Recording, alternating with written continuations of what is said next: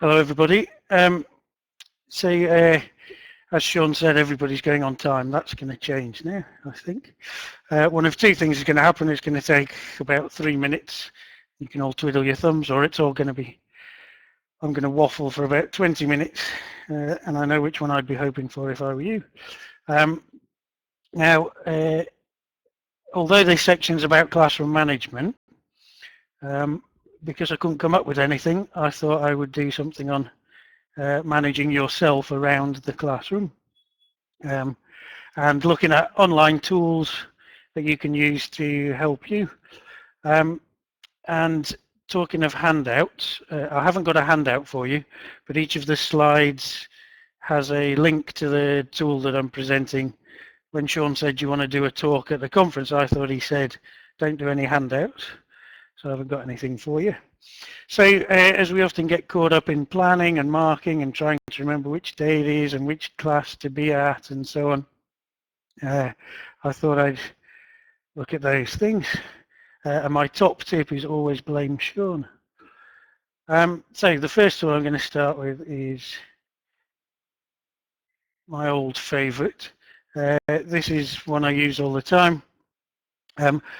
I also didn't come up with anything interactive, so I'm afraid you're just going to have to listen to me. But when these things come up, if you wish to cheer in the chat box if you already use it, or boo if you tried it and you don't like it, feel free to go ahead and do that. Some of these tools will work for some people, some of them won't work for other people. No, don't just stop booing, Sean. But I'm just going to give you some and then you can go and try them out yourselves. So my old favourite is this one. Hopefully some of you will recognise this logo. This could be interactive. You could put the names in the chat box as well. I'm sure some of you will recognise this. And Sue wins the prize for getting in first. So it's my old favourite because it does everything. Although I'd prefer it if it actually cleaned my flat occasionally and stuff like that. Basically, Evernote is a note-taking tool. The thing I like about it is, well, there's a few things I like about it. It's you can sync things across your devices. You can stick notes. Yeah, everybody loves Evernote. Good. And the thing I like is I can plan at my computer, and then my lesson plan is on my mobile phone or on my iPad and things like that. So here's a screenshot of Evernote. You probably can't see it that well, which is a good thing because it's got family members on and things, and they'll never forgive me. And I don't want you to see my plan. But one of the things I use it for is lesson planning. I use it for a variety of other things, but I've got different color-coded arrows for you. So the sort of red, purpley, pinky arrow at the top is pointing to a note.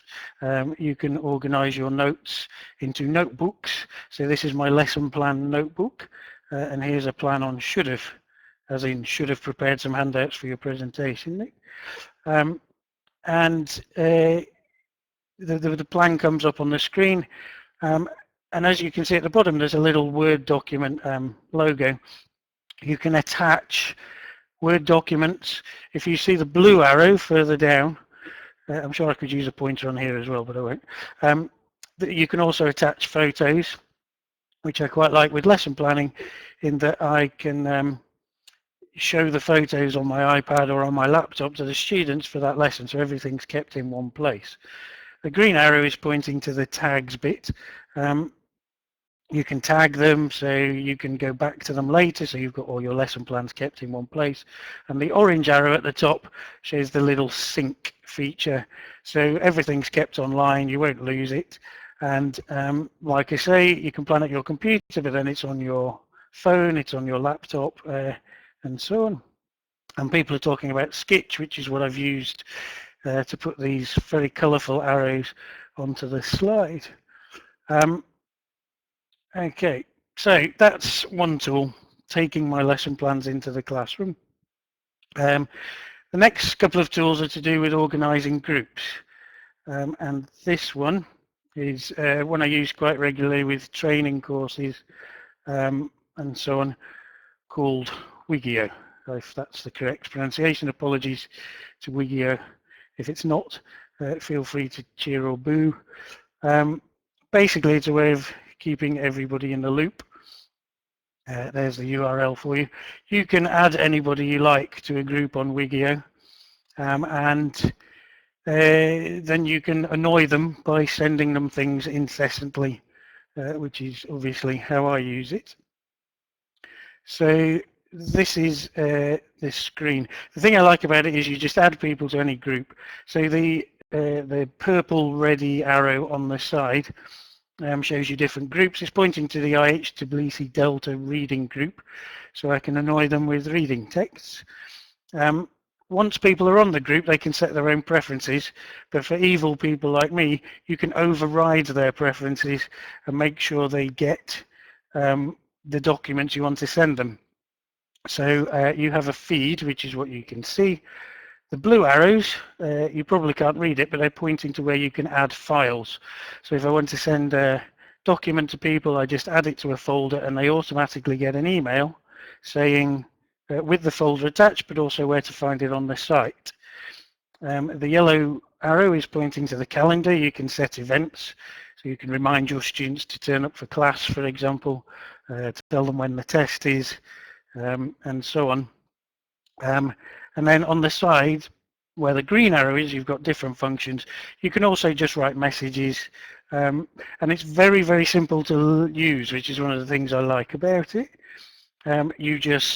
It's free, you set up a group, you add people to that group with their email addresses, they can then change their profile, they can change their settings, but like I say, you can override them if you want to be a bit tricksy.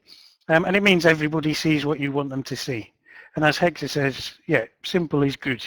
There's nothing complex about it. They just get the stuff you want them to get. You can have different groups. You can send something to all the groups if you like, if you're feeling particularly evil that day. So another tool for organizing groups. I'm not used to speaking this fast. This is something I've come to recently, I have to admit, and I'm just trying it out with a teenage class. But if you haven't heard of them, Gillian, it means they must be useful. It must be a useful presentation. This is another online tool. It's called Class Charts. And it's basically a way for managing kids' classes, although there's nothing on it that says it has to be kids. It's basically an online register, classroom record, and so on, with funny little pictures. So here's a screenshot with apologies to my teenage students. You can set up classrooms in it. If you see the orange arrow at the top, it says rooms. You can have different rooms on it. And you lay the room out any way you like. So I've gone for the classic IH horseshoe. But you set the classroom up however you like. You can assign seating, you can move the students around. Now, these little pictures here, those come with the site, so the students could either pick their own. You can pick them based on how you feel about the students, or you can upload photos of the students if you're not very good at remembering names and so on. The blue arrow is pointing to a student. That student has gone a bit grey because I've just clicked on them to register that they weren't present in this class. It automatically takes the register for you. You just open it up on the day, you say start a new class, and anyone you click on is not there, gets registered as not there. And you'll see there's a little pie chart of their attendance. The orange arrow is pointing to the classes. You can open different classes, as I say, different rooms. You can check on pupils and so on. Then for each pupil, there's a poor old Tekla, isn't that? Apologies, Tekla. She's actually very nice, despite that purple thing. So here you can record things that they've done in their class. You probably can't read this, but I've noted Tekla didn't hand in her homework one day. But then she was sharing an activity. So there are different things you can make notes of if you want to keep a track of how they're getting on.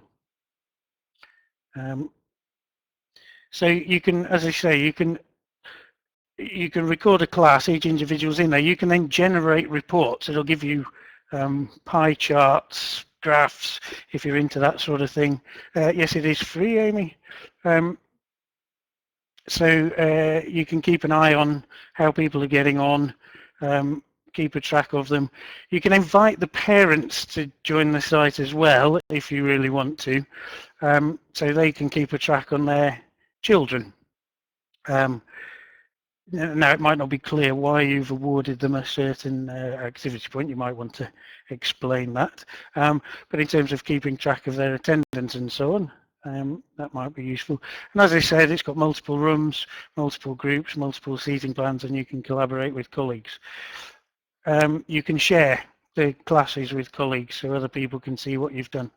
I've just realised I've got to 10 minutes. So very quickly, this is called 3Ring. And it's a way of recording individuals' work very quickly. You can either take photos, you can take videos, and you can record the students. And again, you can invite parents to this as well. I think you can transfer the reports, Lola. You probably can't see this, but this is a screenshot from my iPad of 3Ring, and I've got the class down the middle there, and at the bottom I can choose whether to take a photo, record something, or take a video. And then what happens is you take a photo of some work the students have done, you assign it to a certain student. The yellow arrow is a note to myself, and the purple arrow is I can share it with the parents or I can share it with the student. So if there's work on the wall, for example, you can just take a picture of what's on the wall and then add notes to it and comments and so on. I just wanted to mention these other things, but Edmodo is coming up later. Somebody's doing a talk on it later today.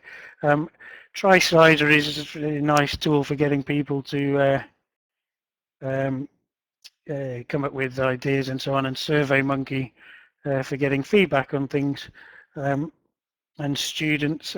Yeah, Sean, when I first got 3Ring, I wasn't quite sure how to use it. I think with either recording the students or taking pictures of their work might be the way forward.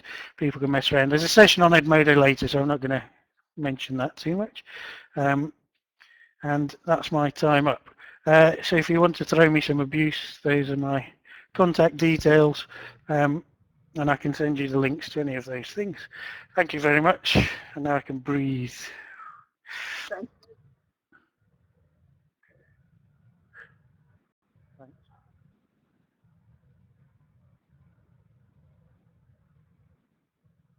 Great.